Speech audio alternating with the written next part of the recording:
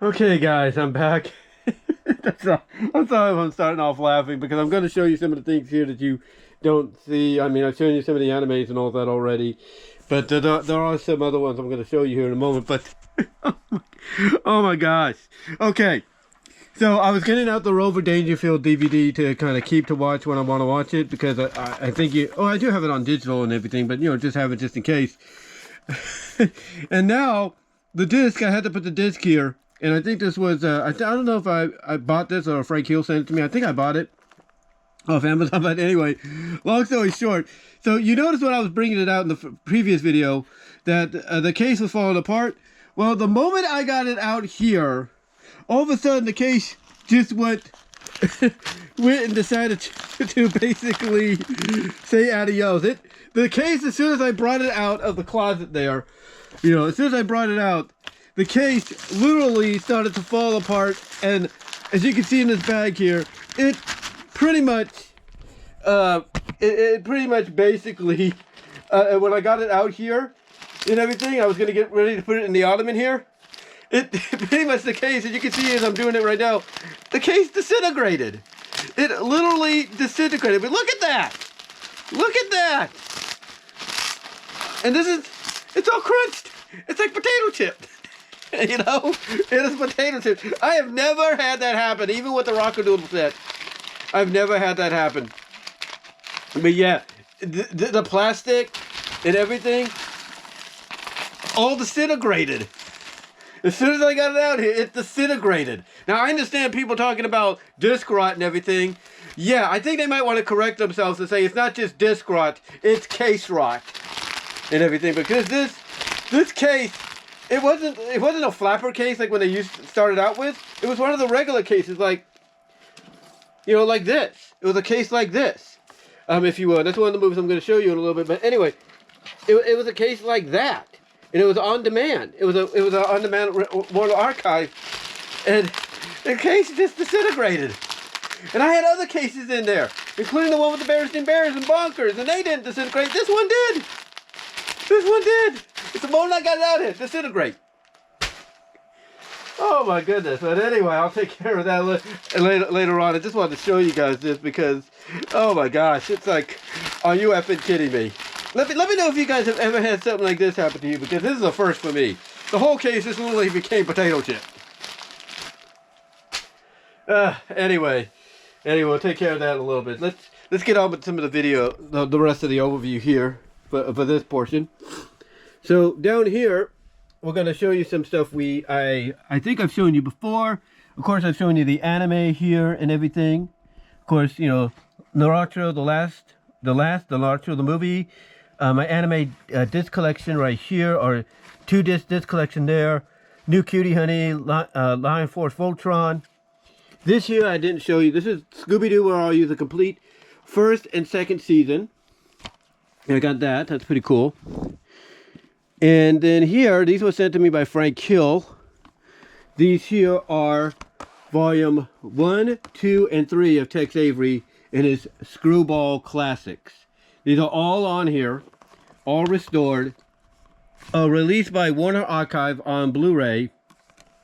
So yeah, basically Frank Hill sent me these, and I've watched some of them. I really like them because sometimes you can only watch certain cartoons, via the Blu-ray now, because of the fact that you gotta wait for Warner Brothers to put them onto the Warner Brothers Classics Classics channel and all that. So you gotta wait for that. So I got it here, so I can watch these at any time if I want to. So thank you, Frank Hill, for that. And then, of course, I showed you Mighty Orbots. Then Revolutionary Girl Utena, G.I. Joe Resolute, Nautical Blitz Tactics, X-Men, Jason the Real Warriors, Sonic OVA. And then these two, also sent to me by Frank Hill, are Top Cat the Movie and Top Cat Begin. And these were both released, I think one of them anyway, were released only in Mexico. I don't know. I think it might have been this one or that one. Let me know in the comment section, guys. But I think it may have been one of these, because as you can see here, they had to get Rob Schneider as Strickland and Danny Turturro as Griswold, You know, they had to get them in there. They didn't announce that for this one, so I don't know which one was Mexico first. But these were like Mexico movies at first and then everybody else later. And they're both rated PG and everything. And of course, you can tell by it says Viva right there, Viva Entertainment. So yeah, they were out there and everything. So really cool to have these in the collection. So thank you, Frank Hill, for that. And then here, I know this is an official release. I got to get it eventually. The entire series of Lunatics Unleashed. This is Lunatics Unleashed. I did record episodes of Lunatics. I don't know if I have them on one of my DVDs. I think I have them on some of my variety DVDs that might be in the closet or something. But I have all the episodes here. And I used to watch this every Saturday. It would come on, or at least try to catch it. Or just like with Sonic X, I would record the episodes on VHS and then transfer them to DVD later when I got home. But yeah, here we have Lunatics Unleashed. I know it's an acquired taste, but I thought it was pretty good. To me, it's an underrated Saturday morning gem, especially in the latter years of Saturday morning. Then here we have Mighty Ducks The Complete Series. I got this one through iOffer. That's right, iOffer, because basically, you know, they would sell, like I mentioned before about some of the other ones I talked about. iOffer was a place where you could, you know, you could do it on eBay now too, but iOffer was a place where you could actually buy from fellow fans like yourself or other people that, you know, would record these and then put them out there for, you know, to purchase. And unfortunately, iOffer is not around anymore, but hey, I was able to at least get the disc, and that's what's on there. So I got the complete series of Mighty Ducks on DVD, and maybe there is somebody that's willing to put it onto Blu-ray down the line. And then here we have Scooby-Doo Laugh Olympics Spooky Games. This has 13 episodes on 2 discs, if you will. One of them is the Scooby-Doo Spooky Games short that they did, and then the rest are Laugh Olympic episodes. So that's really cool. I really wish, honestly, if they're going to bring back any IPs theatrically or even just for movies, you know, straight to streaming or whatever, they need to do a Laugh Olympics one, because I feel that if there's any kind of property that could really utilize it and, you know, to its potential, to its best potential, it could be Laugh Olympics, and they would make some money off that. I guarantee you that. And then here I have 101 Dalmatians. This is basically a 2-disc set. I was gonna basically try to make it multiple disc. You might notice that that's a trend I've been kind of talking about. But I was trying to make it multiple disc and everything. Unfortunately, that didn't happen. But yeah, this is my disc. I recorded these episodes off of Toon Disney. And the first one, I believe, that has two-tone on there. Yeah, I've actually made two-tone. I gave two-tone a disc. I basically made a two-tone disc cover. I think that one has one of my favorite episodes on there, or favorite mini episodes, Love 'Em and Flee 'Em, which is a two-tone and lucky episode. So I like that. I love that episode. I mean, the moment I saw that episode happen, the title came on, it said Love 'Em and Flee 'Em. It was on ABC Saturday mornings. The first thing that went to my mind, two-tone and lucky episode. Okay, so next up, we have on DVD the new Scooby-Doo movies. This is 15 episodes on 3 discs. This is before they went on to Blu-ray. And this is before they released the other DVD that said the lost episodes, because they had to do some licensing issues. So we got that. Then we have, I haven't opened this one yet, but we have DC Superhero Girls Hero of the Year original movie. I just bought this out of curiosity because the woman behind this is the same woman that was behind My Little Pony Friendship is Magic. And I've heard good things about this version and even the version that came on afterwards. So, bought that.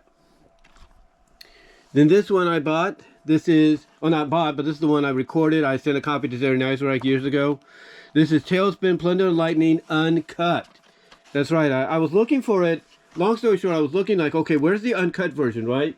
And like any Disney afternoon shows or any shows, period, there were these fandom pages and all that, multimedia fandom pages.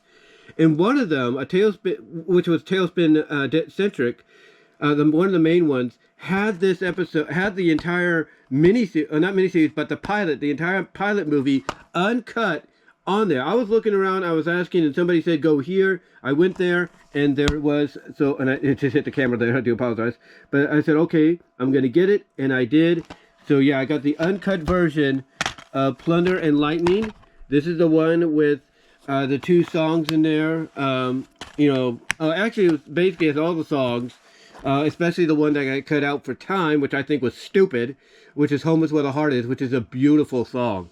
You know, you got to listen to how Sally Struthers, who voices Rebecca, sings it in the episode, as well as listen to the pop version on Disney Afternoon soundtrack. It is beautiful. It's really, really good.